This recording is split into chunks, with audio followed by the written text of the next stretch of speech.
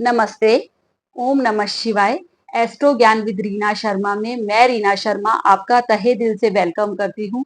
गुरु ग्रह 12 जून को अस्त हो गए थे और अब 9 जुलाई को उदय होने जा रहे हैं।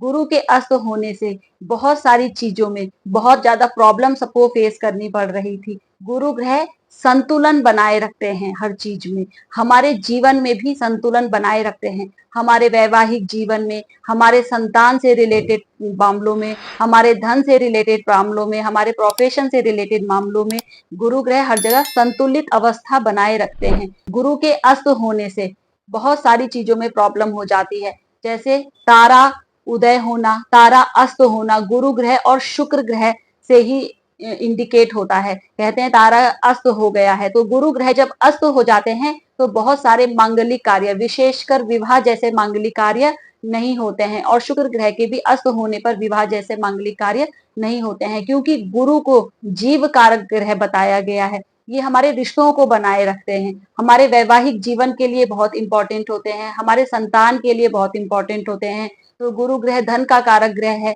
संतान का कारक ग्रह है, विवाह का कारक ग्रह है। हमारे जीवन में बैलेंसिंग गुरु ग्रह देते हैं, हमारी बुद्धि, ज्ञान, विवेक, हमें सही गलत की पहचान, ये सब गुरु ग्रह ही देते हैं। तो गुरु ग्रह अगर कुंडली में खराब स्थिति में आ जाएं तो हमारे जीवन में बहुत सारी प्रॉब्लम हमें फेस करनी पड़ती है, और जब गुरु ग्रह अस्त हो जाते हैं तो उनके बेसिक कारकत्व में कमियां आने लग जाती हैं। उनके बेसिक कारकत्व बहुत हमें कम मिलने लगते हैं।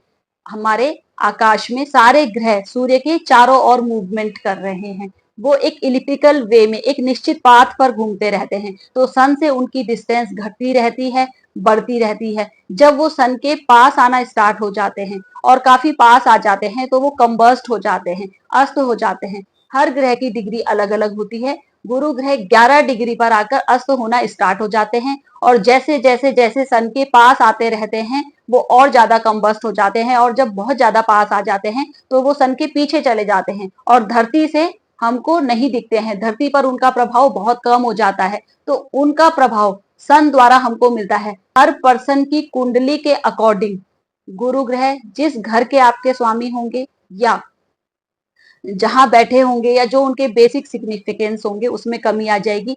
कर्क राशि वालों के लिए गुरुदेव आपके 12th हाउस में अस्त हुए थे और अब 12th हाउस में ही उदय अवस्था में आ गए हैं, तो आपके लिए मिक्स कंडीशन है, क्योंकि 12th हाउस में गुरु का जाना इतना अच्छा नहीं है, लेकिन आपके भाग्य के भी स्वामी है और आपके 6th हाउस के भी लॉर्ड है। तो इससे रिलेटेड चीजों में भी अगर आपको प्रॉब्लम आ रही थी तो वो सॉर्ट आउट अभी हो सकती है। हालांकि 12th हाउस में गए हैं तो खर्चा तो जरूर करवाएंगे। अब खर्चा किस चीज पर करवाएंगे, क्योंकि आपके राशि स्वामी के भी मित्र हैं और आपके अच्छे घरों के भी स्वामी हैं, आपके भाग्येश हैं, तो आपके यहाँ से 4th हाउस को देख रहे हैं। तो अगर आप घर खरीदने की सोच रहे हैं तो घर खरीदने में आपका खर्चा हो सकता है। गाड़ी खरीदने की सोच रहे थे, काफी समय से गाड़ी नहीं खरीद पा रहे थे, गाड़ी खरीद सकते हैं।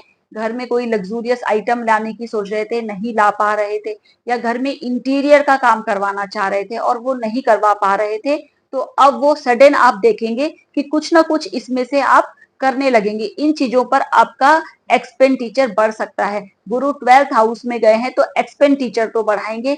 जिन जिन घरों पर दृष्टि डाल रहे हैं वहां से रिलेटेड कुछ ना कुछ एक्सपेंडिचर बढ़ाएंगे। तो आपके 4th हाउस में दृष्टि डाल रहे हैं, तो इस समय आप अपने सुख के लिए जो चीजें खरीदना चाहते हैं उस पर आप खर्चा कर सकते हैं।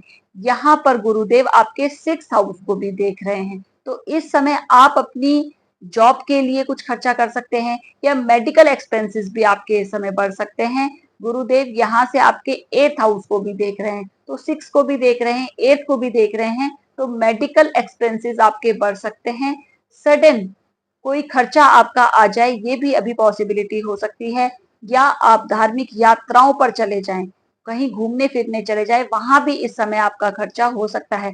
अगर आप फॉरेन रिलेटेड कोई प्लान कर रहे हैं तो इस समय फॉरेन रिलेटेड भी आपका कोई ना कोई एक्सपेंडिचर हो सकता है। माइट भी वहां अगर आप जॉब करने की सोच रहे हैं तो इस समय वहां जॉब के लिए ट्राई कर सकते हैं। इंपोर्ट एक्सपोर्ट का अगर आपका कोई काम है तो आपको इस समय बेनिफिट मिलेगा। फॉरेन से रिलेटेड अगर कोई आपकी जॉब है तो उसमें भी आपको इस समय बेनिफिट मिलेगा। अगर आप फॉरेन घूमने जाने की सोच रहे हैं तो उसमें भी आपको इस समय प्रॉफिट मिलेगा, उसमें आपका एक्सपेंडिचर होगा। तो कुल मिलाकर गुरुदेव आपके भाग्येश हैं, राशि स्वामी के मित्र हैं, तो खर्चा आपका अच्छे ही कामों में करवाएंगे। लेकिन आपके 6 हाउस को देख रहे हैं, 8 हाउस को देख रहे हैं, 12th में बैठे हैं, तो आपको फिर भी अपनी हेल्थ का ध्यान रखना पड़ेगा। गुरुदेव जहां देखते हैं वहां से रिलेटेड चीजों को बढ़ा देते हैं। तो 6 हाउस, 8 हाउस कहीं ना कहीं हमारी बीमारियों का होता है, 6 हाउस हमारी छोटी मोटी बीमारियों का होता है और 8 हाउस हमारी लंबी चलने वाली बीमारियों का होता है। तो इस समय अगर आपको कोई भी हेल्थ इश्यू अपना लगता है तो आपको डॉक्टर से तुरंत चेकअप करवाना है ताकि वो बड़ी बीमारी में कन्वर्ट ना हो जाए। गुरुदेव 8th हाउस को भी देख रहे हैं, आपके तो लीवर, पैनक्रियास, ओवरवेट जैसी प्रॉब्लम आपको हो सकती है और अगर ये प्रॉब्लम आपके पहले से चली आ रही हैं तो आपको इसका चेकअप जरूर करवा लेना चाहिए। पाइल से रिलेटेड प्रॉब्लम भी यहाँ पर हो सकती है। तो अगर ये प्रॉब्लम आपको आती है तो आपको चेकअप करवाना है, एक्सरसाइज आपको करते रहना है, मेडिटेशन करेंगे तो बहुत गोल्डन टाइम पीरियड है। अब गुरुदेव आपके उदय अवस्था में आ गए हैं, आपके 12th हाउस में बैठे हैं, 8th हाउस को देख रहे हैं। मेडिटेशन करिए, आपको गुरुदेव के बहुत अच्छे रिजल्ट मिलने लगेंगे। मेडिटेशन जितना आप करेंगे, धर्म कर्म की तरफ जितना आप चले जाएंगे उतना आपको लाभ मिलेगा। इस समय आपके 9th हाउस के भी लॉर्ड हैं गुरुदेव, तो आप धर्म कर्म का काम करिए, आप धार्मिक चीजों पर खर्चा करिए, पूजा पाठ करवाइए, उस पर कुछ ना कुछ आप खर्चा कर सकते हैं तो आपको लाभ मिलेगा। कुल मिलाकर फॉरेन से रिलेटेड वर्क है, इंपोर्ट एक्सपोर्ट का अगर काम है, बाहर जाने की सोच रहे हैं, जॉब से रिलेटेड कोई खर्चा आप करने की सोच रहे हैं, घर से रिलेटेड कुछ आप एक्सपेंडिचर करने की सोच रहे हैं, घर लेने की सोच रहे हैं, गाड़ी लेने की सोच रहे हैं, तो अच्छा टाइम पीरियड है। गुरु ग्रह आपके उदित अवस्था में आए हैं तो आपको गुरुदेव की पूजा करनी चाहिए। सावन का भी महीना आ रहा है, शिवलिंग पर आप पीले फूल चढ़ाइए, पीली मिठाई चढ़ाइए, पीला चंदन चढ़ाइए, पीले चने की दाल चढ़ाइए।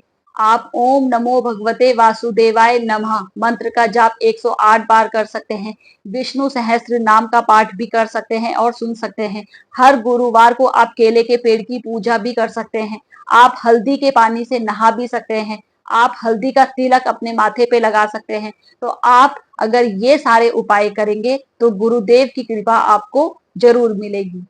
तो आशा है ये वीडियो आपके लिए इंफॉर्मेटिव रहा होगा और गुरुदेव का उदय होना आपके लिए कुछ ना कुछ अच्छा जरूर लेकर आएगा। अगर आपको मेरे वीडियोस पसंद आ रहे हैं तो प्लीज मेरे चैनल को शेयर करिए, सब्सक्राइब करिए, लाइक करिए। मिलते हैं हमारे नेक्स्ट वीडियो में। धन्यवाद।